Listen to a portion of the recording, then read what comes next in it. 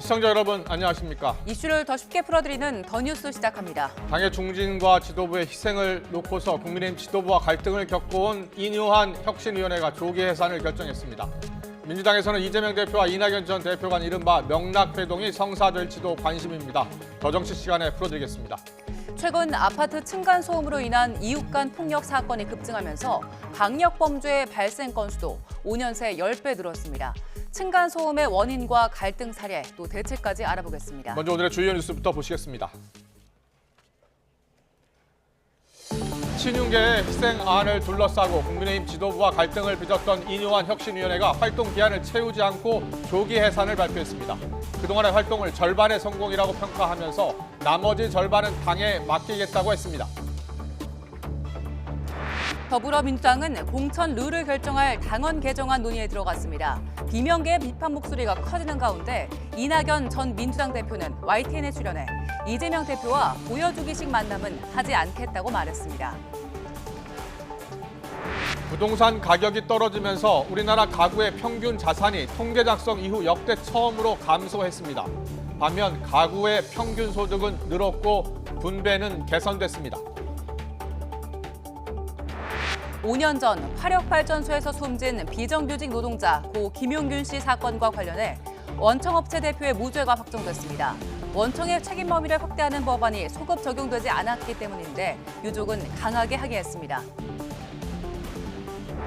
내년도 전공의 모집 결과 이른바 빅5 대형 병원에서도 소아청소년과 산부인과 등 필수 의료과 모두가 미달 사태를 빚었습니다. 의사단체들은 의대 정원 확대 방안에 반대하면서 릴레이 1인 시위에 돌입했습니다. 학교 폭력이 일어났을 때 조사를 전담하는 학교폭력 전담관이 신설됩니다. 퇴직 경찰관 등을 배치하는데 2,700명까지 순차 확대한다는 계획입니다. 학교 전담 경찰관 규모도 10% 늘어납니다. 서울 강서구청장 보궐선거 패배 이후 집권 여당을 쇄신하겠다면서 야심차게 출범한 국민의힘 혁신위가 활동 기한을 채우지 못하고 조기 해산을 결정했습니다. 주류 희생안 관철을 놓고서 지도부와 갈등을 빚었던 게 영향을 미쳤다는 해석이 나오고 있습니다. 인유한 위원장은 국민의 뜻을 파악하는 데 50%는 성공했다고 생각한다면서 나머지 50%는 당에 맡기고 기대하며 기다리겠다고 했습니다. 국회 취재기자 연결합니다. 박기환 기자. 네, 국회입니다. 네, 인유한 혁신위가 오늘 마지막 회의를 열었다고요? 네, 그렇습니다. 인유한 혁신위원회는 오늘 서울 여의도 중앙당사에서 회의를 열고 오는 24일까지인 활동 기한을 다 채우지 않고 조기 해산하기로 결정했습니다. 지난 10월 강서구청장 보궐선거 패배 이후 기대를 모으며 출범했던 혁신위가 사실상 막을 내린 겁니다. 혁신위는 그동안 마련한 6가지 혁신안들은 오는 11일 당 최고위에 종합 보고하는 걸로 공식 활동은 마무리된다고 설명했습니다. 인 위원장은 윤석열 대통령과 김기현 대표에게 감사를 전하며 50%는 성공했지만 나머지 50%는 당에 맡기고 기다리겠다고 말했습니다. 직접 들어보시겠습니다. 국민이 뭘 원하는지 그거를 잘 파악해서 우리는 50%는 성공했다고 생각합니다. 나머지 50%는 맡기고 당에 맡기고 기대를 하면서 조금 더 기다리겠습니다. 혁신위 활동이 종료되고 다음 주 공천관리위원회가 출범하면 국민의힘은 본격적인 총선 체제로 전환됩니다. 주류 희생이라는 혁신위의 요구안이 이 과정에서 제대로 관철될지 등을 놓고 갈등의 불씨는 여전히 살아있다는 관측도 나옵니다. 김병민 최고위원은 CBS 라디오 인터뷰에서 혁신안이 현실화되지 않으면 지도부가 국민을 기망했다는 오명을 쓸 수밖에 없다면서 김기현 대표가 희생과 혁신 의지를 강조한 만큼 믿고 기다려볼 필요가 있다고 말했습니다.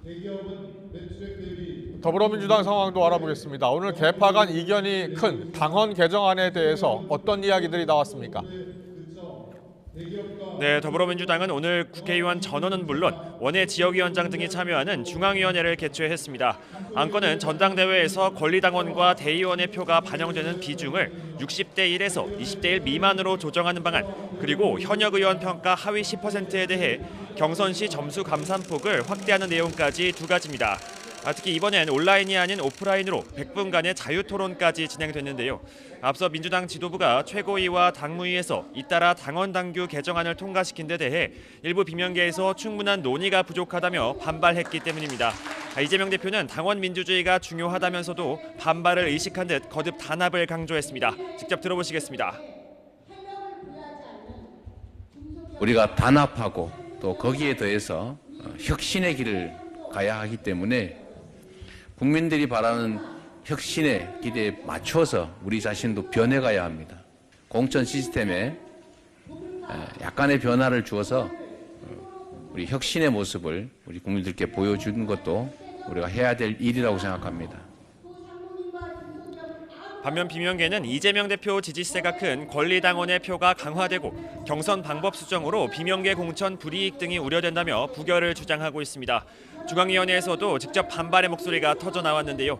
박용진 의원은 1년 전에 경선 규칙을 정하는 시스템 공천이 무너지는 수정안이라고 비판했고, 이원욱 의원은 직접 민주주의와 정치 권력이 결합되면 독재 포퓰리즘, 나치가 된다며 대의원 권한 축소에 반대 의견을 냈습니다.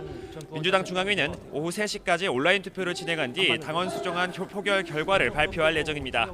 여기에 비명계의 구심점인 이낙연 전 대표의 이재명 대표를 겨냥한 비판도 계속됐습니다. 이 전 대표는 오늘 YTN에 출연해 아무 말 말고 따라오라고 한다면 침묵의 단합이 이뤄질지 모르지만 국민의 지지를 받기는 어렵다며 용기 있는 변화가 필요하다고 말했습니다. 특히 이재명 대표가 통합을 강조하며 두 사람의 만남 가능성도 주목되고 있는데, 이 전 대표는 이에 대해 아직 제안을 들은 건 없다면서 사진 한 장 찍고 단합으로 보이는 것이라면 의미가 없다고 선을 그었습니다. 지금까지 국회에서 YTN 박견입니다. 지난 2018년 충남 태안 화력발전소에서 발생한 비정규직 노동자 고 김용균 씨 사망 사고와 관련해서 원청업체 대표에게 무죄가 확정됐습니다.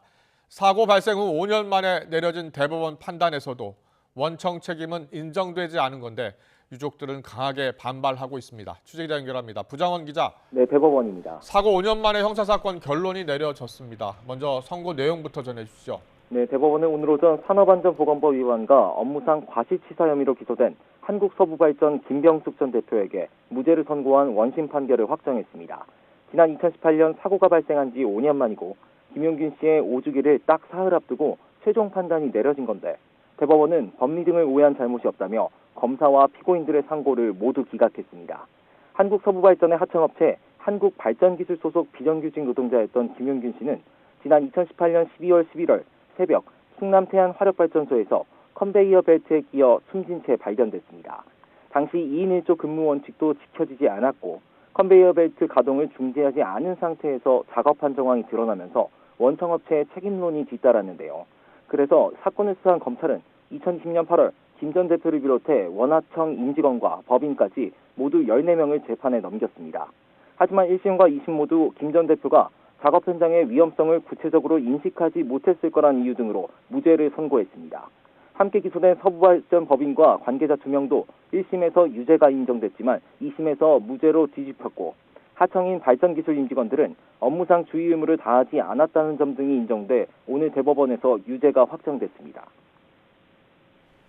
네, 결국 하급심부터 대법원까지 원청이나 원청 대표에게는 이 사건의 형사 책임을 묻기 어렵다는 게 일관된 판단이었군요. 그렇습니다. 이 사건 수사 재판에서는 협력업체에서 발생한 안전사고에 대해서도 원청의 책임자가 구체적이고 직접적인 주의 의무를 지는지가 쟁점이었습니다.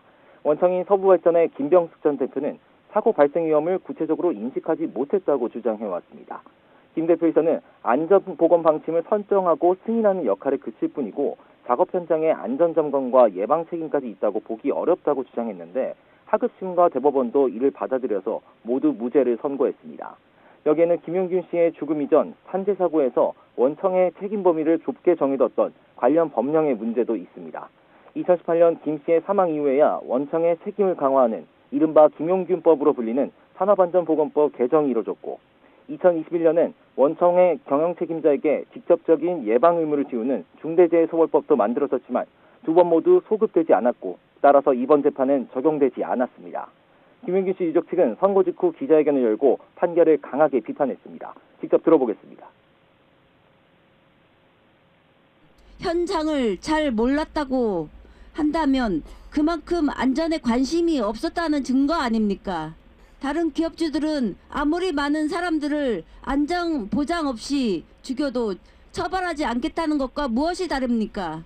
이어 김용균 씨 유족은 사법적 판단은 끝났어도 거대 권력 앞에 무너지는 사람들의 인권을 찾기 위해서 앞으로 더 노력하겠다고 다짐했습니다.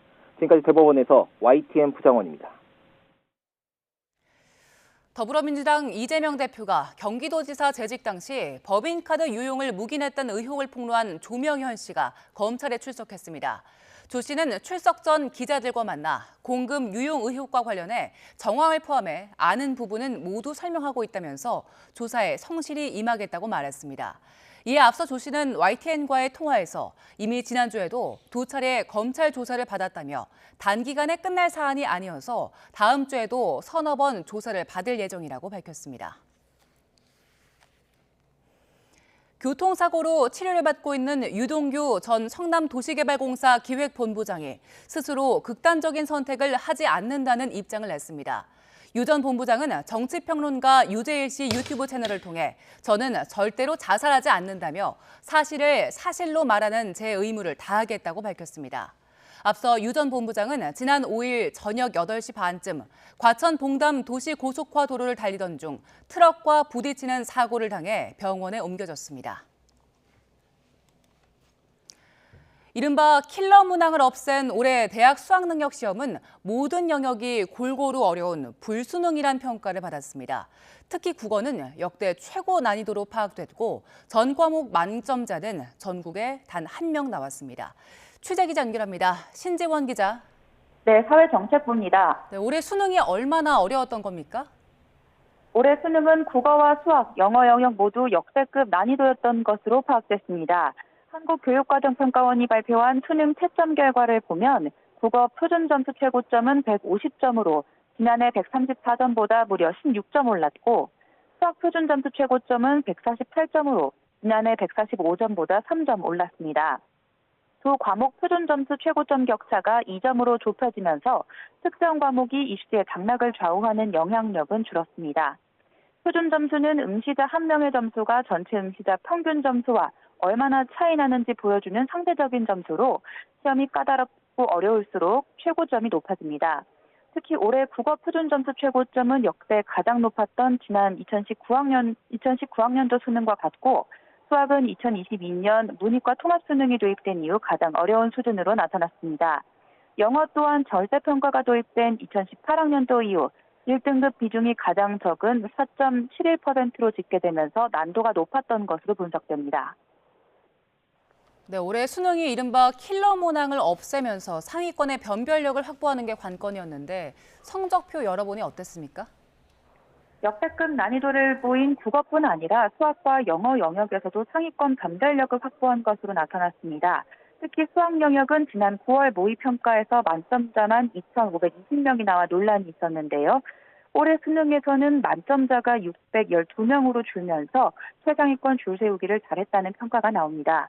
올해 표준점수 최고점자를 작년 수능과 비교하면 국어는 371명에서 64명으로 대폭 감소했고 수학도 334명에서 612명으로 줄었습니다. 특히 국어는 2022학년도 최고점자 28명 이후 역대 두 번째로 적은 수인데요.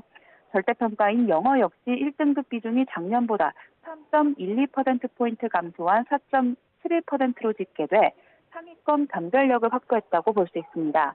이렇게 모든 영역에서 변별력을 확보했지만 문이과 유불리 현상은 여전히 지속될 것으로 보입니다. 인문계 학생들이 주로 선택하는 확률과 통계와 자연계 학생이 많이 응시하는 미적분의 점수 차이, 또 사회탐구와 과학탐구 등 선택 과목별 점수 차이로 판단하기 때문입니다. 이과생들이 수학 고득점을 휩쓸 것으로 예상하는 가운데 이과생들이 문과에 교차 지원하는 현상은 계속될 것으로 보입니다.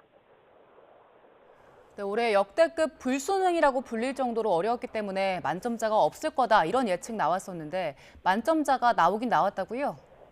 네, 올해 수능 만점자는 졸업생 응시자 1명으로 확인됐습니다. 평가원이 밝히는 만점자 기준은 국어와 수학, 탐구 영역에서 모든 문제를 마치고 절대평가인 영어와 한국사 등은 1등급을 획득한 수험생을 말하는데요. 지난해에는 과학탐구 영역을 선택한 수험생 3명이 만점을 받았습니다. 지금까지 사회정책부에서 전해드렸습니다. 소아 청소년과나 산부인과 같은 필수 과목에 지원하는 전공의가 줄면서 내년에 수도권 대형 병원에서도 미달 사태가 벌어졌습니다. 필수 과목 기피 현상이 만성화되자 전공의 지원자들이 한 병원에 몰아서 지원한다고 하는데요. 그 이유가 뭔지 김혜은 기자가 보도합니다. 신생아 집중치료실이 있는 순천향대 부천병원. 현재 이곳에서 근무하고 있는 전공의는 1년차부터 4년차까지 모두 합해 단 한 명에 불과합니다. 소아과 전공의 지원이 줄면서 이제 소아과 인력이 너무 많이 부족해져 있는 상황이라서 이제 이런 중환 환자를 보는 데 있어서 좀 그런 점이 가장 최근에는 어려운 점인 것 같습니다. 내년 상반기 전공의 모집 결과 소아청소년과는 여전히 미달 사태가 속출했습니다.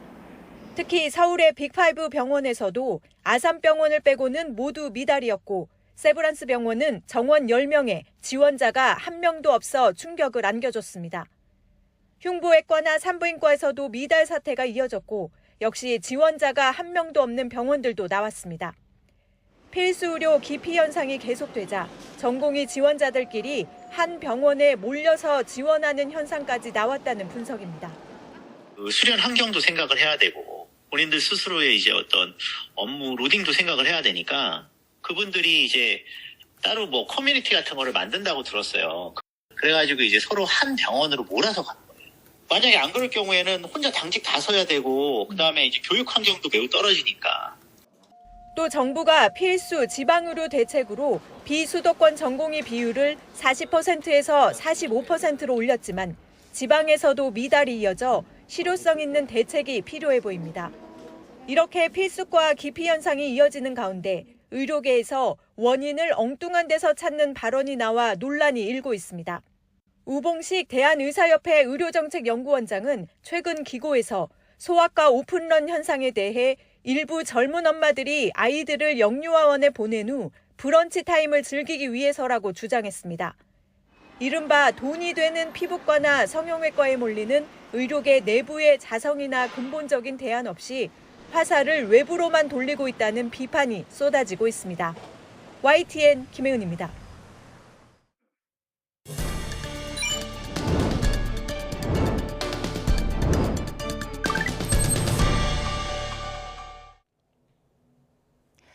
아이가 있는 가정이라면 똑딱이란 서비스 써본 적 있으실 겁니다.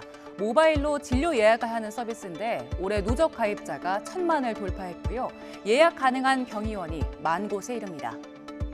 문제는 늦게 온 예약 환자가 현장 접수 환자보다 먼저 진료를 보는 경우가 생기면서 갈등이 불거진 건데요.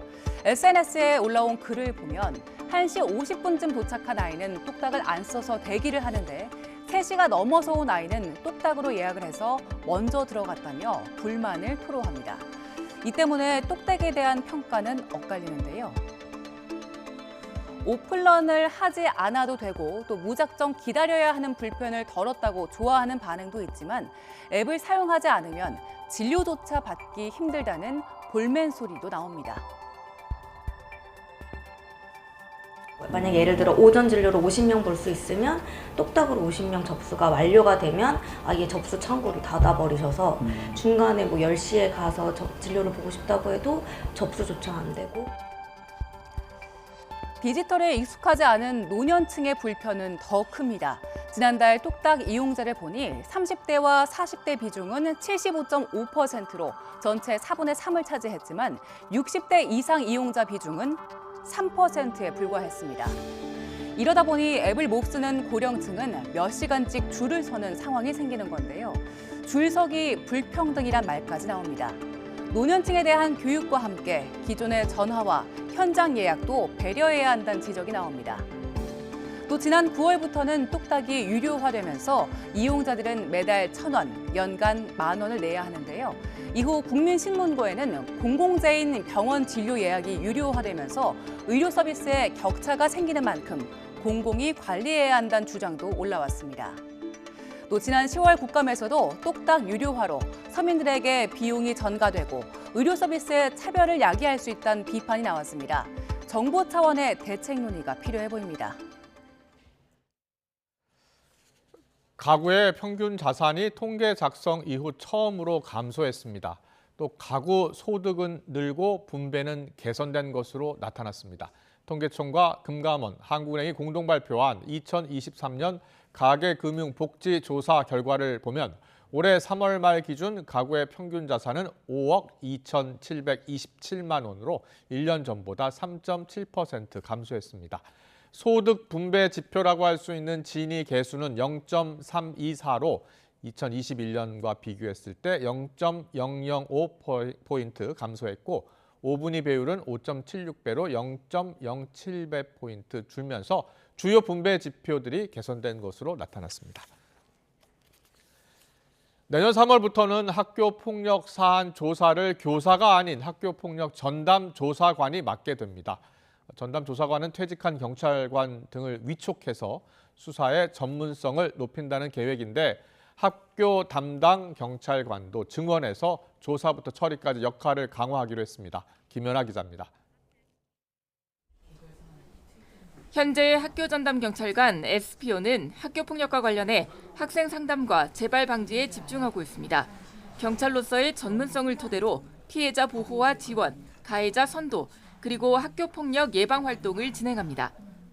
아이들이 가정이나 학교에서 통제가 되지가 않아요. 그러다 보니 저희 SPO가 섬세하게 접근해서 이 아이들을 지원이나 그리고 이 아이들에 대한 강력한 선도 조치를 할 수 있는. 그런데 3월부터는 학교 전담 경찰관들이 학교 폭력 사안 조사에 좀 더 개입하게 됩니다. 정부는 교사 대신 학교 폭력 조사를 맡게 될 학교 폭력 전담 조사관을 신설하고 SPO가 수사 자문을 하도록 제도를 개선했습니다. 학교 폭력 전담 조사관은 전국 2,700명 규모로 퇴직 경찰이나 교원 등을 위촉하고 SPO도 105명 증원합니다. 학교 폭력 전담 조사관이 사안 조사를 대체한다면 학교는 학교장 자체 해결 및 피가해 학생 관계 개선 등 교육적 기능에 더 집중할 수 있게 됩니다. 학교폭력 처리 체계도 개선해서 사안 발생 시 학교폭력 전담 조사관이 사실관계를 조사하고 학교장 자체 해결이 불가능한 경우 신설되는 교육지원청 학교폭력 사례회의에서 SPO와 변호사 등이 조사 결과를 검토 보완한 뒤 학교장이 아닌 교육지원청 학교폭력 제로센터장이 학폭 대책 심의를 요청합니다. 대책위에도 SPO가 참여하는데 법률 전문가 비중도 높여 심의 전문성을 강화합니다. 월 2건 정도면 충실한 심의가 가능하고 그 사이에 SPO라든지 이런 분들로부터 각종 자문이라든지 사례 회의를 통해서 상당히 정확성을 담보할 수 있지 않을까. 하지만 학교 전담 경찰관이 학교 폭력 발생 시 처리 전 과정에 관여하게 된 반면 증언은 10%에 근처서 업무 부담이 과중해질 거란 지적이 나옵니다. YTN 김현아입니다.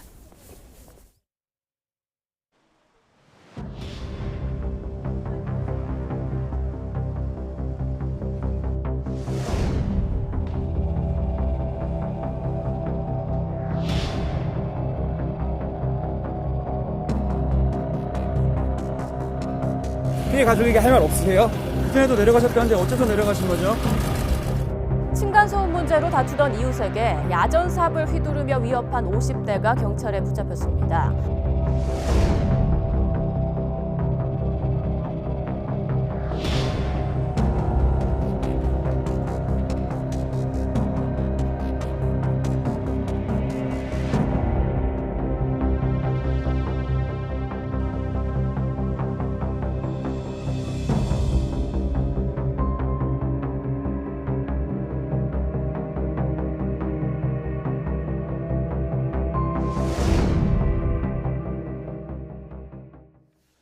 최근 아파트 층간소음으로 인한 갈등이 이웃 간 폭력 사건으로 번지면서 사회적인 문제로 확산하고 있습니다. 층간소음으로 인한 강력범죄 발생 건수도 5년 새 10배 늘었는데요. 층간소음의 원인과 갈등 사례, 또 근본 대책에 대해서 박영민 경실련 도시개혁센터 정책위원장과 이야기 나눠보겠습니다. 나와 계시죠? 네, 안녕하십니까? 네, 안녕하세요. 저희가 영상으로 정리를 해서 한번 전해드렸는데 층간소음 문제 계속 심각해지고 있는 것 같고요. 여러 가지 민원이 많이 제기되고 있나 봐요. 어느 정도 수준입니까? 예, 2015년에 약 1만 건, 예. 2017년에 2만여 건으로 그 민원이 계속 접수되다가 네네. 2020년, 21년, 22년에 4만 6천여 건으로 그 갑자기 그 2배 정도 그 증가했는데 예. 이거는 아마 코로나19 영향으로 그 실내 생활 시간이 늘어나서 층간소음 민원도 급증한 것으로 그렇게 판단하고 있습니다. 그렇군요. 예. 예. 이렇게 층간소음 민원 접수가 늘면서 강력범죄 발생 건수도 많이 늘었더라고요. 지금 최근에 10배 정도가 늘었다고 하는데 왜 이렇게 크게 늘어난 겁니까? 네, 사실 이 통계는요, 그 경실련이 KBS 시사직격팀으로 받은 그런 자료를 분석을 해서 최근 5년간의 층간소음 관련 형사사건 그 판결문 자료를 분석한 결과입니다. 예. 그렇군요. 그래서 2016년 11건에서 2021년 110건으로 10배 정도 증가했는데 전에 말씀드린 코로나19 영향하고 재택근무 시간 연장, 그다음에 층간소음 그런 노출 시간이 많고, 그다음에 거기다가 요즘 경제가 좀 어렵게 되면서 그 심리적 요인들까지 복합적으로 작용하지 않았나 그렇게 생각됩니다. 그렇겠네요. 예. 근데 층간소음이라는 게 워낙 다양하니까요. 그 발걸음 소리도 층간소음일 수도 있을 것 같고, 또 쿵쿵거리는 제법 큰 소리도 층간소음일 것 같고요. 어느 정도 기준이 있는 겁니까? 전체 이 통계 2만 7천여 건 중에서 예. 민원의 주 소음원으로 뛰거나 이제 걷는 소리가 18,000여 건, 전체의 68%로 가장 많았습니다. 네네. 그래서 이 민원의 그 소위 말하는 발망치라고 하는 이제 걷는 소리가 가장 큰 민원의 요인이고, 나머지는 이제 가구 끄는 소리라든가 뭐 문 개폐하는 소리 또는 이제 TV 소리 등 그런 악기 그런 순서였습니다. 소음 정도 나타내는 데시벨이요? 그것도 기준이 있잖아요.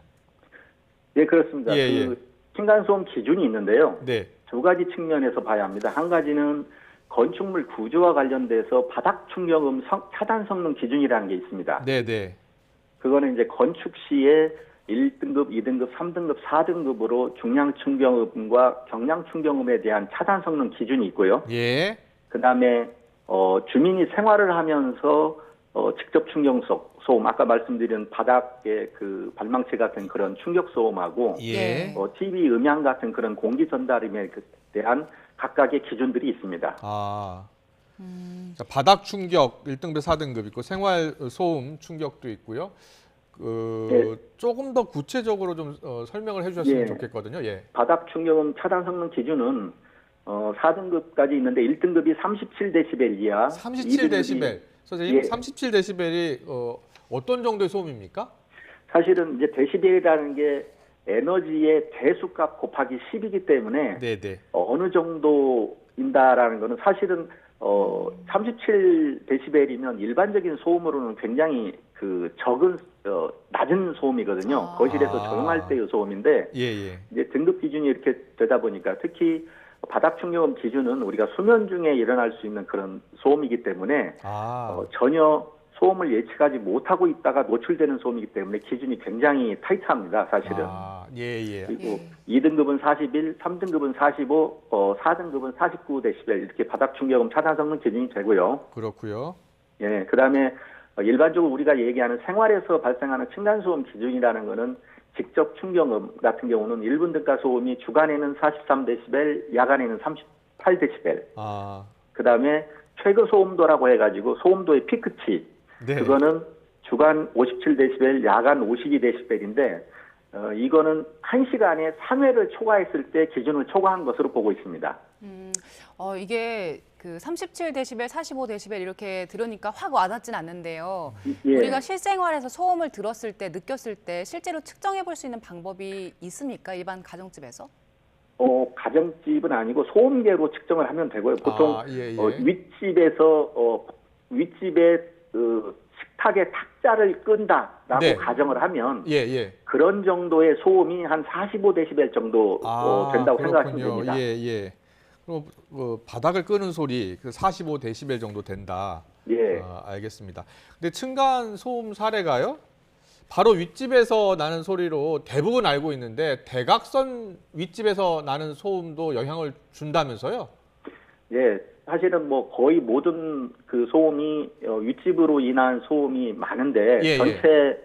전체 총계 중에서 윗집의 소음은 약 전체 민원의 85% 정도 됩니다. 예. 그리고 가장 그다음에 많네요. 아랫집으로부터 오는 소음도 있고요. 예. 그다음에 뭐 옆집으로부터 오는 소음도 있고 대각선으로부터 오는 소음이 있고 그다음에 뭐 불명인 경우도 있는데 네. 윗집의 소음이 약 85%고 아랫집의 소음이 한 9% 정도 됩니다. 네. 여기 아랫집 아래층 항의에 의한 소음도 좀 있고요. 이런 여러 가지 다양한 소음원이 있습니다. 아랫집 항의에 의한 건 아랫집에서 윗집을 향해서 쿵쿵 두드리는 겁니까? 그렇죠.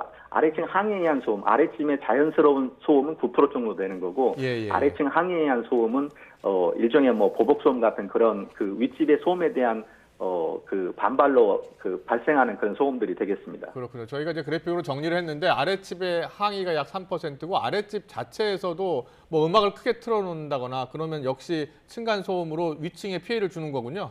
예, 그렇습니다. 예. 알겠습니다. 이 층간소음 원인을 찾는 것 자체가 쉽지 않을 것 같은데 우리가 층간소음을 느낀다면 그걸 어떻게 증명할 수 있습니까? 이게 이제 정성적인 방법으로는 윗집이 시끄럽다라는 거는 이제 우리가 그 자체적으로 주관적인 어떤 판단이고 아까 말씀드린 직접 충격 소음과 공기 전달음에 대한 어떤 기준을 이 층간소음 기준을 만족하는지 여부를 소음계로 측정해가지고 그 기준을 만족하는지 또는 기준을 초과하는지 여부를 실측을 해가지고 층간소음을 우리가 그 규명할 수는 있습니다. 네. 자, 그럼 이 층간소음 분쟁이 최근 많이 늘고 있잖아요. 그리고 이제 이웃 간 폭력 사건도 늘고 있고 강력 범죄도 늘고 있고요. 자, 이런 그 여러 가지 분쟁이 발생하고 있는 이 상황을 좀 줄이거나 종식하기 위해서는 어떤 대책이 필요한지 좀 듣고 싶거든요. 사실은 그 근원적인 그 부분에서 보면 예. 구조적으로 우리나라 아파트의 경우는 벽식 구조의 아파트가 많습니다. 네. 대부분의 80~90%가 벽식 구조로 지어지는 거고 우리가 일반적으로 아파트라고 하면 그런 벽식 구조이고 주상복합의 경우에 있어서는 기둥식의 구조이거든요. 그래서 구조적으로 기둥식 라멘 구조로 만약에 지어진다고 하면 근본적으로 층간소음이 원천적으로 많이 해소가 될 거고요. 현행처럼 층간소음으로 아파트가 계속 지어진다고 하면은 층간소음 그 중공검사할 때 층간소음을 전수조사해서 기준을 만족하는지 여부를 확인을 하는 거를 입법을 강제해야 한다고 봅니다. 현재는 층간소음 기준은 있지만 그거를 강제할 수 있는 그런 법적 근거가 없습니다. 지금 말씀해주신 부분은 이제 건축 단계에서 집을 잘 지어야 한다는 부분인 건데 이미 지어진 집들에서 살고 있는 분들은 소음을 좀 조심하는 것 말고 또 다른 방법이 있을까요? 현실적으로는 구조적으로 어렵고요. 예를 들어서 그거를 위아래 집의 동의하에 바닥 완충제를 뜯는다든가 그런 설비 시공을 해야 하는데 만약에 한다고 하면은 위아래층에서 그 경비를 다 전부 지불을 해야 하고요.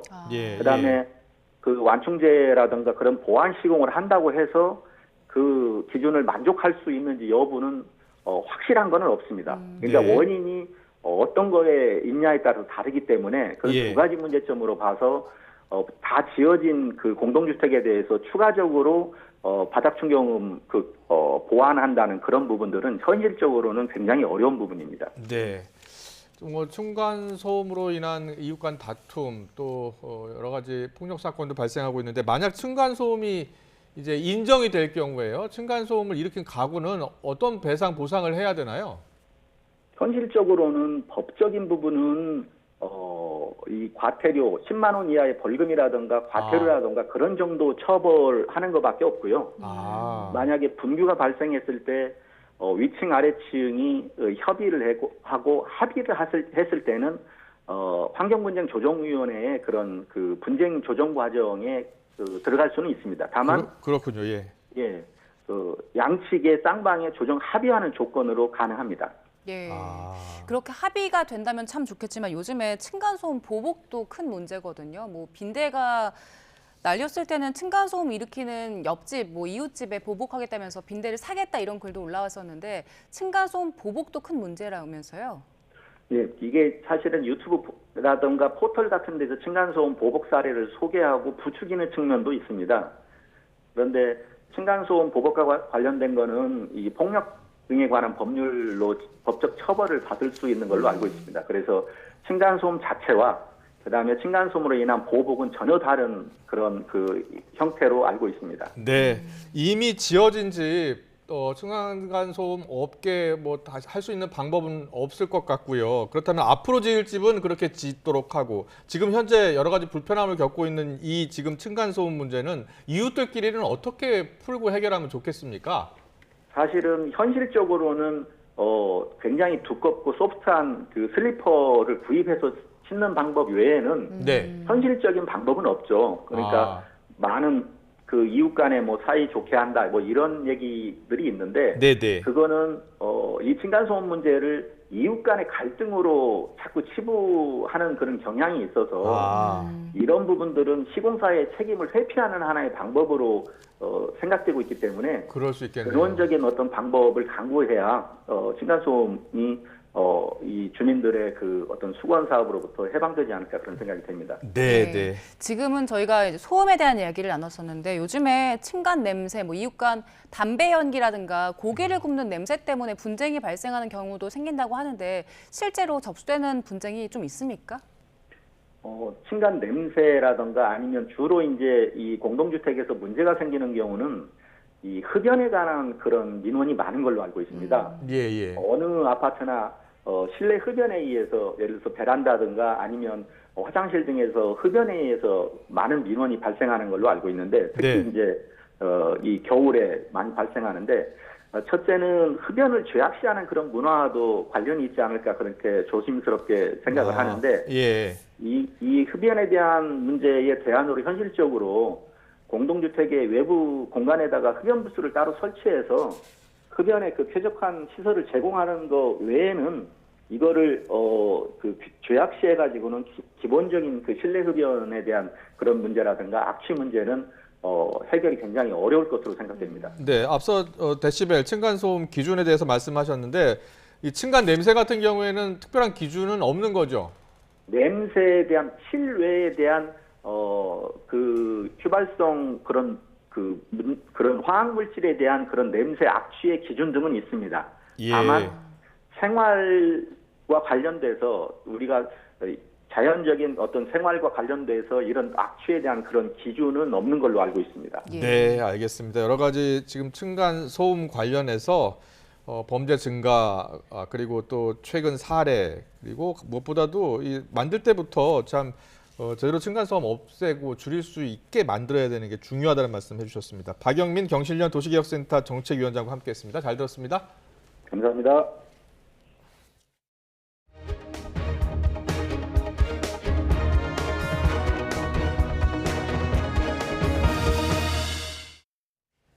구글이 새로운 AI 언어 모델 제미나이를 공개했습니다. 구글은 선도주자인 오픈 AI의 GPT-4는 물론 인간 전문가보다도 언어 이해력이 뛰어난 최초의 AI 언어 모델이라고 소개했습니다. 보도에 기정훈 기자입니다. 구글의 인공지능 언어 모델 제미나이입니다. 텍스트뿐 아니라 음성과 이미지, 영상까지 활용하는 멀티모드 방식의 AI로 만들어서 채팅 수준을 넘어 말하거나 들을 수 있고 그림도 이해할 수 있습니다. 수학 문제를 풀거나 데이터를 분석하는 높은 추론 능력까지 갖춰 프로그램 코딩까지 할 수 있다고 구글은 설명했습니다. 울트라, 프로, 나노 세 가지 모델 가운데 최상급인 제미나이 울트라는 선두주자 오픈 AI의 GPT-4 성능도 넘어섰습니다. AI 언어 모델의 성능을 보여주는 MMLU, 대규모 다중작업 언어 이해도에서 90.04%로 86.5%의 GPT-4를 누렸습니다. 구글은 인간 전문가의 점수인 89.8%를 넘은 최초의 인공지능 모델이라며 자신감을 보였습니다. We have an opportunity to make AI even more helpful for people, for businesses, for communities, for everyone. We have been applying AI to make our products radically more helpful for a while. 구글의 AI가 특히 주목받는 것은 확장성. 유튜브처럼 일반인이 많이 쓰는 구글 서비스들과 접목될 경우 파급력이 상당할 것이란 얘기입니다. The big advantage is, of course, the integration with other Google products, which Microsoft offers as well. But as you know, the bundle adoption for the end user, like non-enterprise user, is very much around Google. 인공지능 경쟁 구도도 재편되는 분위기입니다. 바둑 AI 알파고를 만든 데미스 허사비스가 주도하는 구글과 챗 GPT의 오픈 AI와 마이크로소프트의 연합, 또 페이스북 모회사 메타와 IBM 등 50여 개 회사가 최근 손잡은 AI 동맹 등 3파전 양상입니다. 선두주자 오픈 AI가 CEO 축출 사태로 주춤한 사이 구글이 신제품으로 포문을 열었고, 뒤늦게 뛰어든 AI 동맹은 소스를 공개하는 개방형 인공지능으로 차별화를 노리고 있습니다. It's not easy to definitively say whether one competitor or another competitor is late to the game because in some ways, depending on the different markets, the different use cases, being late might actually be an advantage. 구글이 제미나이 울트라를 출시하는 내년 초에는 오픈 AI가 인공지능 언어 모델을 앱스토어처럼 쓰도록 한다는 GPT 스토어를 선보일 예정이어서 경쟁은 갈수록 뜨거워질 전망입니다. YTN 기정훈입니다. 네, 이 시각 간추린 뉴스입니다. 지난달 탈주범 김길수에 이어서 이번엔 충북 청주교도소 수용자가 도주를 시도한 것으로 파악됐습니다. 어제 낮 1시쯤 충북 청주교도소에 수감 중이던 수용자가 운동 시간에 지정된 장소를 이탈했다가 정문 근처에 있는 직원 식당 앞에서 체포됐습니다. 청주교도소 특별사법경찰대는 교도관과 수용자를 상대로 규율 위반 경위를 조사하고 있습니다. 윤석열 대통령 부인 김건희 여사가 자신과 통화 내용을 공개한 인터넷 언론사 관계자들을 상대로 낸 손해배상 청구 소송 항소심에서도 일부 승소했습니다. 서울중앙지방법원은 오늘 김 여사가 서울의 소리 백은종 대표와 이명수 기자를 상대로 낸 항소심에서 1심과 같이 피고인들이 원고에게 1,000만 원을 지급하라고 판결했습니다. 서울의 소리 측은 가처분 결정을 준수한 방송을 불법이라고 판결을 내린 것을 받아들일 수 없다며 대법원 상고도 고려하고 있다고 밝혔습니다. 최상병 숨직 사건을 민간 경찰에 이첩하지 말라는 상관 명령에 항명하고 명예를 훼손한 혐의로 군사재판을 받는 박정훈 전 해병대 수사단장이 수사 외압이 규명되면 자신의 무고도 밝혀질 것이라고 말했습니다. 첫 공판은 1시간 반 만에 끝난 가운데 김계환 해병대 사령관과 박진희 국방부 군사보좌관, 허택은 국방부 정책실장 등 12명이 증인으로 채택됐습니다. 오늘 낮 12시 반쯤 경북 영주시 풍기읍 소백산 도솔봉 7부 능선에서 불이 나 산림당국이 진화에 나섰습니다. 현장에는 헬기와 산불 특수대응단 등이 투입됐지만 초속 3m가 넘는 바람이 불어 진화에 어려움을 겪고 있습니다. 새벽 시간 횡단보도를 건너던 보행자 3명을 치어 숨지게 한 80대 운전자가 구속됐습니다. 운전자 A씨는 지난달 22일 새벽 강원도 춘천시 퇴계동 남춘천역 인근 도로에서 적색 신호를 무시하고 달리다 횡단보도를 건너던 보행자 3명을 치어 숨지게 한 혐의가 있습니다. 성폭행을 시도하다 붙잡혔지만 현장에서 석방됐던 80대 남성 A씨가 결국 구속 상태에서 재판에 넘겨졌습니다. 지난 6월 범행 당시 출동한 경찰은 가해자가 고령이고 범행이 이미 종결된 데다 범행 사실을 시인하고 있다는 이유로 현장에서 기초 조사만 한 뒤에 석방했지만 검찰은 A씨가 피해자에게 접근하는 등 2차 피해를 줄 우려가 있다고 보고 지난달 말 구속했습니다. 천변 산책길을 걷던 여성을 풀숲에 끌고 가 성폭행하려 한 47살 이모 씨가 징역 10년의 중형을 선고받았습니다. 재판부는 피해 보상을 위해 어떠한 노력도 하지 않은 채 피해자를 탓하고 있는 점을 고려해 형을 정했다고 밝혔습니다. 어제 오후 3시쯤 전남 순천시 행동의 한 빌라에서 78살 여성의 시신이 발견됐습니다. 범죄 혐의점은 발견되지 않았지만 시신은 상당 부분 부패가 진행된 걸로 알려졌습니다. 함께 살던 50대 지적장애인 조카도 건강 쇠약 상태로 발견돼 병원으로 이송됐습니다. 전북 익산시에 있는 종개농장 2곳에서 조류인플루엔자 H5형 항원이 검출돼 고병원성 여부에 대한 확인 작업을 벌이고 있습니다.